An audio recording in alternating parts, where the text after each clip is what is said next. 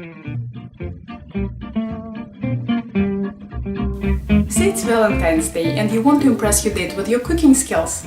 I have a feeling that this plate has a way higher chance of getting you laid than this one, even though they're made out of exactly the same ingredients, cooked exactly the same way.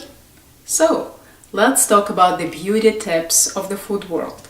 The ingredients we'll be playing with today are seared scallops, butternut squash puree, celery apple salad, and pomegranate seeds. A white plate is the black dress of the food world. Everything goes with it.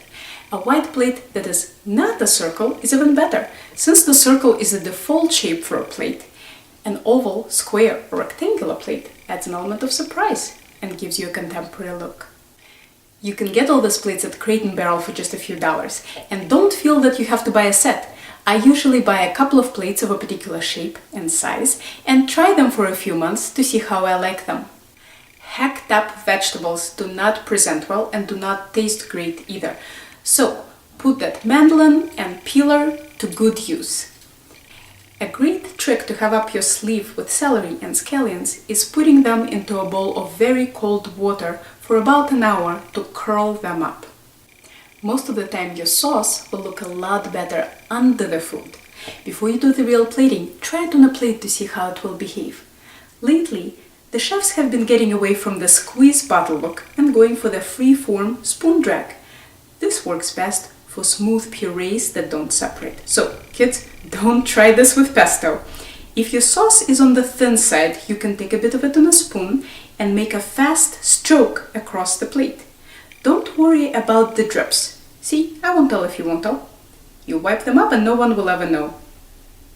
Don't try to have too much control over where the sauce goes or how thick a streak you get. Otherwise, instead of looking like modern art, it is likely to look like preschool art. If your sauce has a thicker consistency, more like mayo, you can try a different technique. Put a dollop on a plate, wipe the back of a spoon on the rim of a bowl, and drag it through the sauce. See? Dollop, wipe the spoon, drag. As tempting as it is to put your protein straight from heat to plate, I strongly suggest you avoid this temptation. The protein will ooze juice for a few minutes after coming off the heat and will make your plate look wet and sloppy. Let it rest on another warm plate and only then place it in the final destination. How long to let it rest depends on the size. Davis scallops only need 2 to 3 minutes, but a thick steak might need 10 to 15.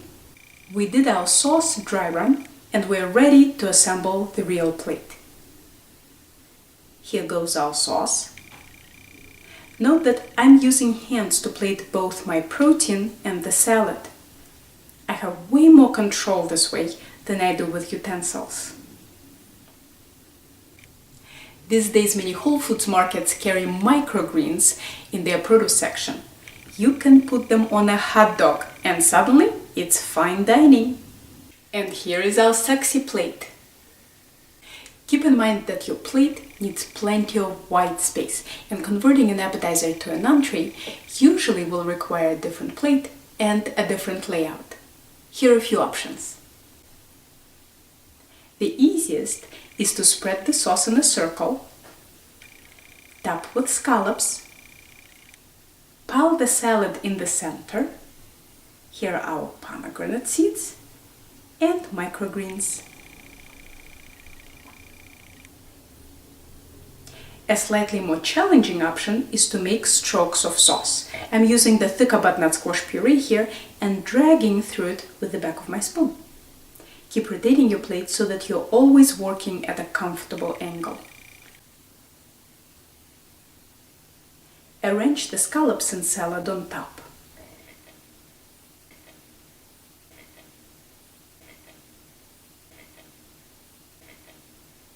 Add the pomegranate seeds and scatter microgreens around the plate. In case you're wondering, no, it is not too geeky to prototype a few layouts with pencil and paper when designing your dish. How do you think chefs do it? From Helen's Kitchen in Boston, happy cooking and baking to you!